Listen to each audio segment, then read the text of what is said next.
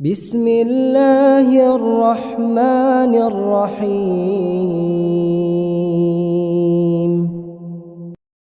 നമ്മളൊരുപാട് വേദനകളുള്ളവരാണ്.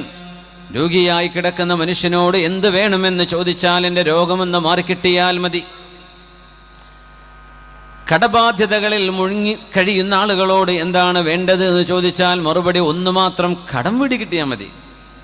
മക്കളില്ലാത്തവരോട് എനിക്കൊരു കുഞ്ഞു ജനിച്ചാൽ മതിയായിരുന്നു. ആണോ പെണ്ണോ അത് പ്രശ്നമല്ല, ഞങ്ങ വൈകല്യമുണ്ടെങ്കിൽ എൻ്റെ കുട്ടിയല്ലേ എന്ന് പറഞ്ഞ് ഞാൻ നോക്കിക്കൊള്ളാം, എനിക്കൊരു കുഞ്ഞിനെ വേണം. വീടില്ലാത്തവന് വീട് വേണം, ആരോഗ്യം നഷ്ടപ്പെട്ടവന് ആരോഗ്യം വേണം, ഇസ്സത്ത് നഷ്ടപ്പെട്ടു പോയവർക്ക് ഇസ്സത്ത് തിരിച്ചു കിട്ടണം. ഇതൊക്കെ നഷ്ടങ്ങളാണ്, നമ്മൾ അല്ലാഹുവിൻ്റെ മുമ്പിൽ പറയുന്ന വിഷയങ്ങളാണിതൊക്കെ. എന്നാൽ ഏറ്റവും വലിയ നഷ്ടം, ഏറ്റവും വലിയ ഹിർമാൻ, ഏറ്റവും വലിയ പരാജയം എന്ന് പറയുന്നത് ഒരു മനുഷ്യൻ അള്ളാഹുവിലേക്ക് അടുക്കാൻ സാധിക്കാതെ പോയെന്ന ബോധം വരുന്നത്. എനിക്ക് അള്ളാഹുവിനോട് അടുക്കാൻ കഴിഞ്ഞില്ലല്ലോ. വലാ യജിദു ലദ്ദത ഹലാവത്തിൽ ഇബാദ.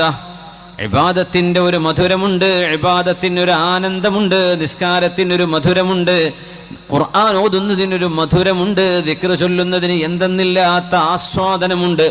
നാവുകൾ ചലിക്കുമ്പോഴും മനസ്സിനുള്ളിലേക്ക് ആ ഒരു മധുരം കയറി വരുന്നില്ലെങ്കിൽ ഒരു മനുഷ്യന് ലോകത്ത് നഷ്ടമാകുന്ന ഏറ്റവും വലിയ നഷ്ടം അൽ ഖുർബ് മിനല്ലാഹ്, അള്ളാഹുവിനോടുള്ള അടുപ്പം നഷ്ടമാകുന്നതാണ്. പിന്നെയോ ഇബാദത്തിന്റെ ആനന്ദം നഷ്ടപ്പെടുന്നതാണ്.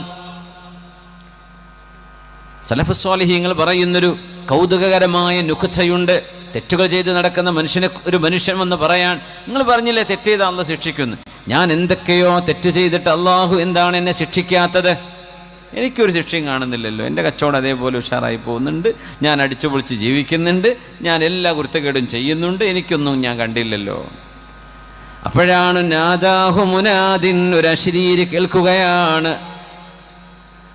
അമാ ഹുരിംത ലദ്ദത്തൽ ഖുർബി മഅല്ലാഹ്, അള്ളാഹുവിനോട് അടുക്കാൻ സാധിക്കുക എന്ന ഏറ്റവും വലിയ ആനന്ദം നിനക്ക് നഷ്ടപ്പെട്ടു പോയില്ലേ? അതാണ് നിനക്ക് ലഭിച്ച ഏറ്റവും വലിയ അദാബ്, വലിയ ശിക്ഷ അതാണ്.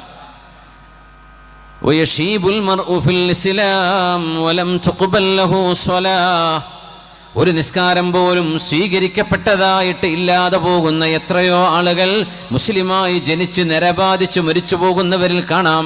ഉല്ലം തുഖ്ബൽ ലഹു സ്വലാഹ്, ഒരു നിസ്കാരം പോലും അള്ളാഹു സ്വീകരിച്ചു കാണില്ല. ഇത് നഷ്ടമാണ്.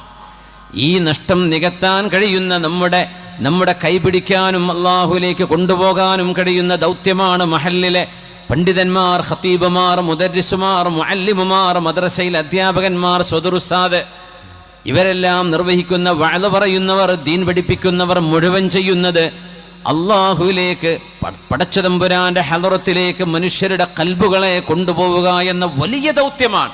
അത് മാത്രം നടക്കാതെ ബാക്കി എല്ലാം നടന്നിട്ട് എന്ത് കാര്യമാണ്? وضرب الله مثلا للذين آمنوا امرأة فرعون إذ قالت رب ابن لي عندك بيتا في الجنة ونجني من فرعون وعمله ونجني من القوم الظالمين ومريم ابنة عمران التي أحصنت فرجها فنفخنا فيه من روحنا وصدقت بكلمات ربها وكتبه وكانت من القانتين. അള്ളാഹുവിനെ വിശ്വസിക്കുന്ന ലോകാവസാനം വരെ വരാൻ പോകുന്ന സർവ്വ ആണിനും പെണ്ണിനും അള്ളാഹു ഉദാഹരണം പറഞ്ഞത്, അള്ളാഹു ഉദാഹരണമാക്കി വെച്ചത് രണ്ട് പെണ്ണുങ്ങളെയാണ്. ആണുങ്ങൾക്ക് ഉദാഹരണം പെണ്ണാണ്, പെണ്ണുങ്ങൾക്ക് ഉദാഹരണം പെണ്ണാണ്. അത് ആരാണെന്നറിയുമോ?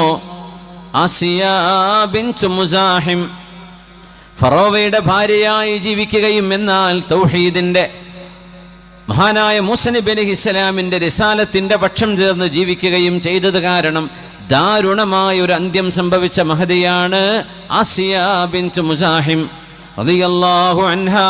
ഫറോവയുടെ കൂടെ ജീവിച്ചിട്ട് ആ കൊട്ടാരം നഷ്ടമാവുന്നു എന്ന് മാത്രമല്ല, ക്രൂരമായ കിരാതമായ മർദ്ദനങ്ങൾക്ക് വിധേയയായി ആ മഹദി മരിക്കുന്ന രംഗങ്ങൾ ചരിത്രത്തിൽ കാണാം, ഹദീസിന്റെ വചനങ്ങളിൽ കാണാം, അസറുകളിൽ കാണാം. പക്ഷെ അല്ലാഹു ഉദ്ധരിച്ചത് മഹദിയുടെ നാവിലൂടെ വന്നൊരേ ഒരു പ്രാർത്ഥനയാണ്. അത് മരിക്കുന്ന നേരത്താകാം, അതിന് തൊട്ടു മുമ്പാകാം, ഫറോവയുടെയും കിങ്കരന്മാരുടെയും ഭീഷണി വന്ന നേരത്താകാം. എപ്പോഴാണ് മഹദി പറഞ്ഞത്? നാവ് കൊണ്ട് പറഞ്ഞോ മനസ്സുകൊണ്ട് പറഞ്ഞ പ്രാർത്ഥനയാണോ എന്ന് പോലും അറിയില്ല. സൂറത്തു തഹ്രീമിന്റെ അവസാന ഭാഗം വദറബല്ലാഹു മസല, അല്ലാഹു നിങ്ങൾക്ക് ഉദാഹരണം പറഞ്ഞു തരട്ടെ, ആരാണ് വിശ്വാസി എന്ന് പറഞ്ഞു തരട്ടെ. വദറബല്ലാഹു മസലൻ ലില്ലദീന ആമനു ഇംറഅത ഫിർഔൻ, ഫറോവയുടെ ഭാര്യയായ ആസിയ ബീവിയാണ് വിശ്വാസിനികൾക്ക് മുഴുവനുമുള്ള ഉദാഹരണം. ഇദ് ഖാലത്, എന്തു ചെയ്തു എന്നല്ല, എന്ത് മഹദി പറഞ്ഞു. മഹദിയുടെ മനസ്സിൽ എന്താണ് വന്നത്? റബ്ബി ബിനി ലീ ഇൻദക ബൈതൻ ഫിൽ ജന്നഹ് സഅലത്തിൽ ജിവാറ ഖബ്ല അദ്ദാർ. റബ്ബി ബിനി ലീ ഇൻദക ബൈതൻ ഫിൽ ജന്നഹ്, പടച്ചവനെ എനിക്ക് സ്വർഗം തരണേ എന്ന് മരിച്ചുപോയ എത്രയോ ആളുകൾ ഉണ്ടാകാം. എനിക്ക് സ്വർഗം വേണം റബ്ബേ എന്ന് പറഞ്ഞു പോയവർ എത്രയോ കാണാം. പക്ഷെ ആസിയ ബീവി ചോദിച്ചത് അങ്ങനെയല്ല. റബ്ബി ബിനി ലീ ഇൻദക ബൈതൻ ഫിൽ ജന്നഹ്, അല്ലാഹുവേ നിന്റെ അരികത്ത് എനിക്കുണ്ടാക്കി തരണം ഒരു വീട് നിന്റെ സ്വർഗലോകത്ത്. അയൽപ്പക്കം ചോദിച്ചതിന് ശേഷമാണ് വീട് വേണമെന്ന് മഹദി ചോദിച്ചത്. ആരുടെ അടുത്ത്? അല്ലാഹുവേ നിന്റെ അരികത്തിൽ, നിന്റെ അരികത്ത് എനിക്കൊരു വീട് വേണം. വീട് വേണം എന്നല്ല ആദ്യം പറഞ്ഞത്, നിന്റെ അരികത്ത്. റബ്ബി ബിനി ലീ ഇൻദക ബൈതൻ ഫിൽ ജന്ന. അതുകൊണ്ടാണ് മുഫസ്സിറുകൾ പറയാ സഅലത്തിൽ ജിവാറ ഖബ്ല അദ്ദാർ, വീട് വേണം എന്ന് ചോദിക്കുന്നതിന്റെ മുമ്പ് അയൽപക്കം എന്താവണം എന്ന് ചോദിച്ചു മഹദി റളിയല്ലാഹു അൻഹ. അല്ലാഹുവേ നിന്റെ അരികത്ത്, നിന്റെ അരികത്തേക്ക് എന്ന ചിന്തയിലാണ് ആസിയ ബീവി റളിയല്ലാഹു അൻഹ ലോകത്തോട് വിട പറയുന്നത്. ഫറോവയുടെ കൊട്ടാരമോ ആർഭാടമോ നഷ്ടപ്പെട്ടാലും എനിക്ക് പ്രശ്നമല്ല റബ്ബേ, നിന്റെ അരികത്തേക്ക് എനിക്ക് വരണം. അല്ലാഹുവിലേക്ക് മുഅ്മിനീങ്ങളുടെ ഉദാഹരണമാണ് ആസിയ ബീവി റളിയല്ലാഹു അൻഹ. നമുക്കെപ്പോഴും പടച്ചോനിലേക്ക് ഒരടി അങ്ങോട്ട് അടുക്കാൻ പറ്റുന്നുണ്ടോ? ഒരൽപ്പം അല്ലാഹുവിലേക്ക് ഇന്ന് ഞാൻ അടുത്തോ ഇന്നലത്തേതിനേക്കാളും? ഈ ചോദ്യം നമ്മളോട് ചോദിക്കണമെന്നാണ്. കുറേ നമ്മൾ വായിച്ചിട്ടുണ്ടാവാം, കുറേ അറിവ് കേട്ടിട്ടുണ്ടാകാം, പക്ഷെ നമ്മൾ പടച്ചോനിലേക്ക് അടുത്തിട്ടുണ്ടോ? വമിമ്മാ സാദനി ഇസ്സൻ വതീഹാ, വമിമ്മാ സാദനി ഇസ്സൻ വതീഹാ വകിത്തു ബിഅഖ്മുസി അത്ഉ الثريا ദുഖൂലി تحت قولك يا عبادي وأن صيرت أحمد لي نبيا. MLN നമ്പർ ഉണ്ട് എന്ന് പറയുമ്പോൾ ആളുകളുടെ അഭിമാനം എത്രയാണ്. മന്ത്രി എൻ്റെ ആളാണ്, CI എൻ്റെ ആളാണ്, SI എൻ്റെ. എന്താ, അവരൊക്കെ വലിയ ഇൻഫ്ലുവൻഷ്യൽ പേഴ്സണാലിറ്റീസാണ്, കാര്യങ്ങൾ നടത്തിത്തരാൻ കഴിയുന്നവരാണ്. ദുന്യാവിലെ മനുഷ്യന് വല്ല അസുഖം വന്നാൽ വല്ലതും നടക്കുമോ? അധികാരം പോയ മന്ത്രിയായി, മുഖ്യമന്ത്രിയായി, പ്രധാനമന്ത്രിയായി എന്ന് വിചാരിക്കുക. അധികാരം നഷ്ടപ്പെട്ടാൽ പിന്നെ ആൾക്കാർ മൈൻഡ് ചെയ്യുമോ? ഇല്ല. ആൾക്ക് എന്തെങ്കിലും ചെയ്തു തരാൻ പറ്റുമോ? ഒന്നും പറ്റൂല. എന്നാലും എന്തൊരു അഭിമാനത്തിലാണ് പറയാം, എൻ്റെ ആളാണ് CM, എൻ്റെ ആളാണ്, എനിക്ക് അടുത്ത ബന്ധമാണ്, ഞാൻ വിളിച്ചാൽ ഫോൺ എടുക്കും, സംസാരിക്കും. ആയിക്കോട്ടെ. ഒരു മുഅ്മിനായ മനുഷ്യൻ്റെ അഭിമാനം എന്താണെന്നറിയുമോ? ومما زادني عزا وشرفا وكدت بأخمصي أطأ الثريا. ഭൂമിയിലൂടെ കാല് വെച്ച് നടക്കുന്ന മനുഷ്യനാണെങ്കിൽ തന്നെയും എൻ്റെ കാലിൻ്റെ ഉള്ളകം കൊണ്ട് ഉന്നത നക്ഷത്ര ലോകങ്ങളിൽ കാല് ചവിട്ടുന്ന പോലെ അഭിമാനം കൊണ്ട് ത്രസിക്കുകയാണ് ഞാൻ. രണ്ട് കാരണം കൊണ്ട്. നമുക്കൊക്കെ അഭിമാനിക്കാൻ പറ്റുന്നതാണ്. നമുക്ക് സമ്പത്തില്ലാതിരിക്കാം, വീടില്ലാതിരിക്കാം, കച്ചവടം നഷ്ടമായിരിക്കാം, മക്കളില്ലാതിരിക്കാം, മക്കളിലൂടെ, ഭാര്യയിലൂടെ, കുടുംബത്തിലൂടെ, വീടിൻ്റെ ഉള്ളിൽ നിന്ന് ഒരു സന്തോഷം പോലും കിട്ടാത്ത അവസ്ഥകൾ വന്നിരിക്കാം. എന്നാൽ ദുഖൂലി തഹ്ത ഖൗലിക യാ ഇബാദി, എൻ്റെ അടിമകളെ എന്ന് അള്ളാഹു വിളിക്കുമ്പോൾ ഞാൻ അതിൽ പെട്ടുപോയിട്ടുണ്ടല്ലോ. എൻ്റെ ഉടമസ്ഥനാണ് അള്ളാഹു എന്ന ഒരഭിമാന ബോധം ഒരു മുഅ്മിനിന് എപ്പോഴും വേണ്ടതല്ലേ. എൻ്റെ കൂടെ എൻ്റെ റബ്ബുണ്ട്. MLA മന്ത്രിയൊക്കെ പോട്ടെ, എൻ്റെ കൂടെ എൻ്റെ റബ്ബുണ്ട്. പഞ്ചായത്ത് പ്രസിഡന്റും വാർഡ് മെമ്പറും ഇതൊന്നല്ല, നമ്മളൊന്നും എൻ്റെ കൂടെ എൻ്റെ റബ്ബുണ്ട്. ഇത് നമുക്ക് തോന്നാറുണ്ടോ? എല്ലാറ്റിനും കഴിവുള്ളവനാണ് അള്ളാഹു, അല്ലേ? വല്ലാഹു അലാ കുല്ലി ഷൈഇൻ ഖദീർ, എല്ലാറ്റിനും കഴിവുള്ളവനാണ്. നമ്മളൊന്നും വിചാരിക്കുന്ന പോലെയല്ല.